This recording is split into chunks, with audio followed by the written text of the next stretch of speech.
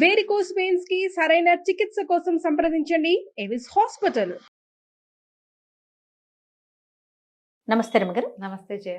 రమగారు, మనకి వింటర్లో జలుబు దగ్గు ఎక్కువగా ఫ్లమ్ రావటం ఎక్కువ చూస్తుంటాం. ఏమన్నా హోమ్ రెమెడీస్ చెప్తారా? బేసిక్ థింగ్స్ జయ. చలికాలం వెచ్చటి ఆహారం తింటాం. పొద్దుడిది రాత్రి, రాత్రిది రేపొద్దున మానేయండి. ఫర్మెంటెడ్ ఫుడ్ చాలా మంచిది అట్లా చెప్పుకుంటాం. ఈ సీజన్లో కాదు.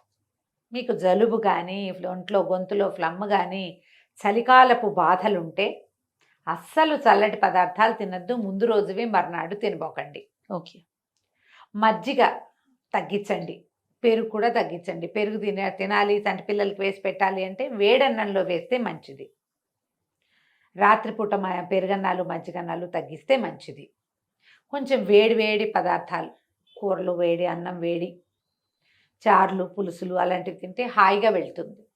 కిచిడి లాంటివి తినండి, రొట్టెలు చేసుకోండి, చపాతీలు అవి వేడి వేడిగా, దోశలు వేడిగా, ఇడ్లీ వేడిగా, అన్నం వేడిగా, ఇవన్నీ వేడే.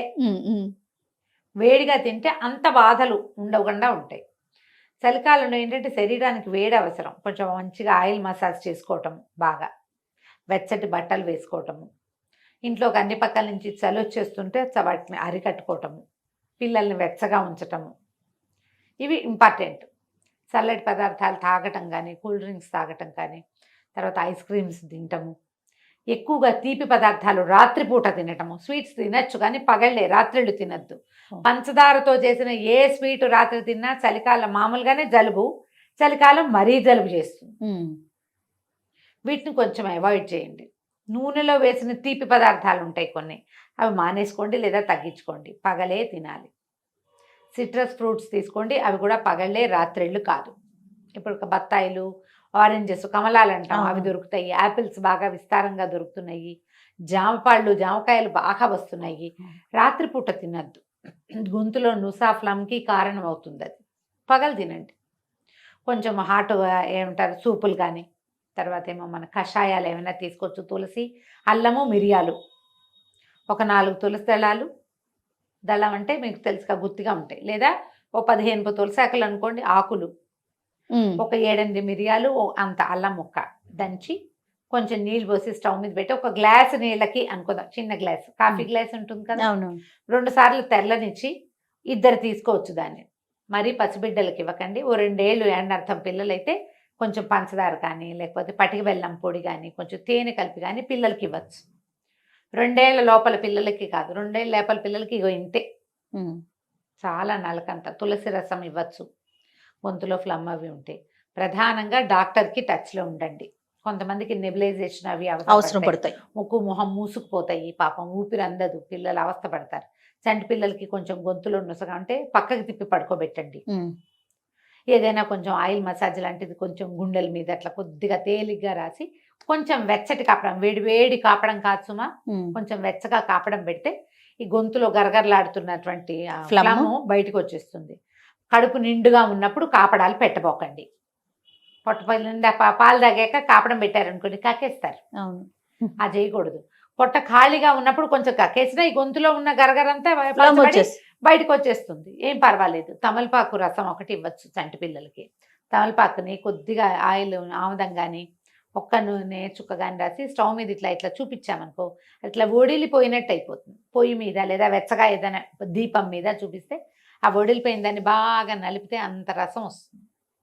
ఎంత చూపిస్తున్నాను కనపడుతుంది కదా, కాదు ఇంత. దీంట్లో పటిక బెల్లం పొడి కానీ, తేనె కానీ వేసి పిల్లలకి ఇస్తే ఈ గొంతులో పట్టుకుపోయి గరగరలాడుతూ కళమని కదులుతూ ఉంటుంది చూడు, అది వామిట్ అయిపోతుంది తమలపాకు రసంతో. కొంచెం 7-8 నెలలు ఉన్న పిల్లలకి అట్లా ఇవ్వచ్చు. చాలా జాగ్రత్తగా 1 టైం, ఒక్కసారి ఈ పని, రోజు కాదు, ఒక్కసారి. జాగ్రత్తగా ఉండాలి రమ్మగారు. కడుపు నిండుగా ఉన్నప్పుడు, పాలు ఫుల్గా తాగినప్పుడు, ఏదైనా సరిలేకో గిరిలేకో, ఇప్పుడు రాగి మాల్టో ఉగ్గో కడుపు నిండా పిల్లలు తిన్నాక మాత్రం ఇవ్వకూడదు.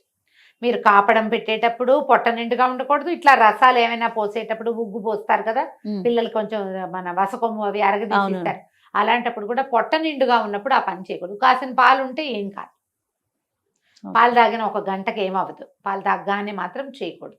ఇవి ఇవ్వచ్చు. మీరు కూడా శుభ్రంగా తులసి రసం తీసుకోవచ్చు, మిరియాల కషాయం తీసుకోవచ్చు, తిప్పతీగ కషాయం తీసుకోవచ్చు.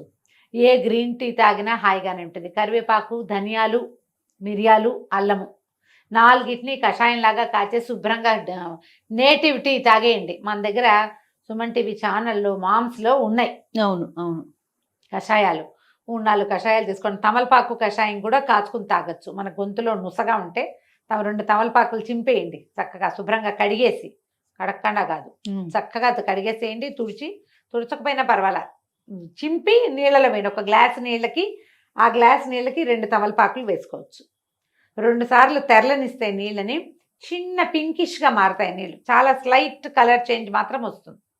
ఈ నీళ్ళల్లో కొంచెం షుగర్ వేసుకోండి, లేకపోతే అలాగే తాగండి. కొంచెం ఉప్పు, లెమన్, నిమ్మరసం వేసుకున్నా కూడా బాగుంటుంది. హాయిగా తాగేయండి, అది గ్రీన్ టీ లాగా బాగుంటుంది.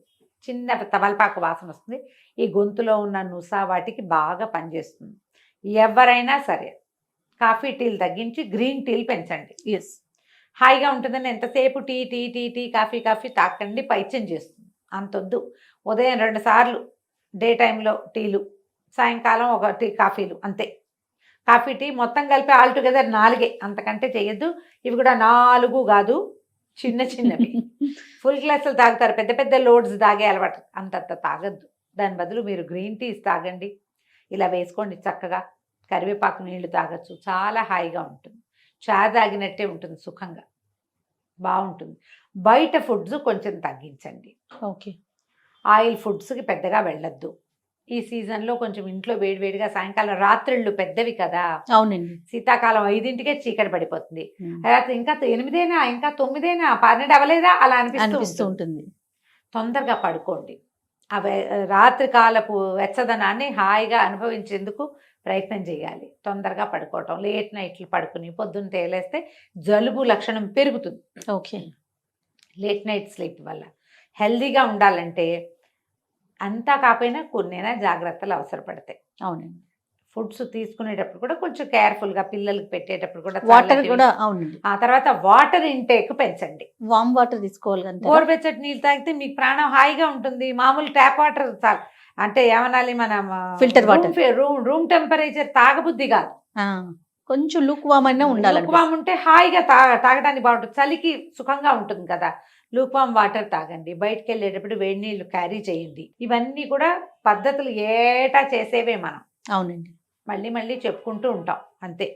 ఎవ్రీ ఇయర్ మనం ఈ జాగ్రత్తలే పాటించాలి. ఇప్పటి నుంచి డిసెంబర్ రాబోతోంది, ఫిబ్రవరి దాకా ఇంచుమించుగా మన పరిస్థితి ఇదే, ఇలానే ఉంటుంది. కాబట్టి ఇలాంటి జాగ్రత్తలతోటి హెల్దీగా మెయింటైన్ అవ్వండి. ఎందుకంటే ఇవాళ రేపు మనకి బాగా వైరల్స్ కనపడుతుంది, విపరీతంగా ఉంటుంది. ఈ జలుబు వైరస్ వచ్చి జ్వరం వస్తుంది అనుకునే వాళ్ళం కాదు, ఇప్పుడు వామిటింగ్స్, మోషన్స్ అవుతుంది. అవునండి. ఎవరు కదిపినా ఏం తిన్నా చివరికి ఇందులోకి పరిణమిస్తుంది. అందుకని తిండి జాగ్రత్త, నీళ్లు జాగ్రత్త, బయట మోస్ట్లీ అవాయిడ్ చేయటమే మంచిది. ఫంక్షన్స్ లో తింటాను, ఫంక్షన్ అయితే ఇంకా తప్పదు రమ్మగారు. ఇక అక్కడి నుంచి ఇది వస్తుంది, అక్కడి నుంచే ఇవి వచ్చేస్తాయి.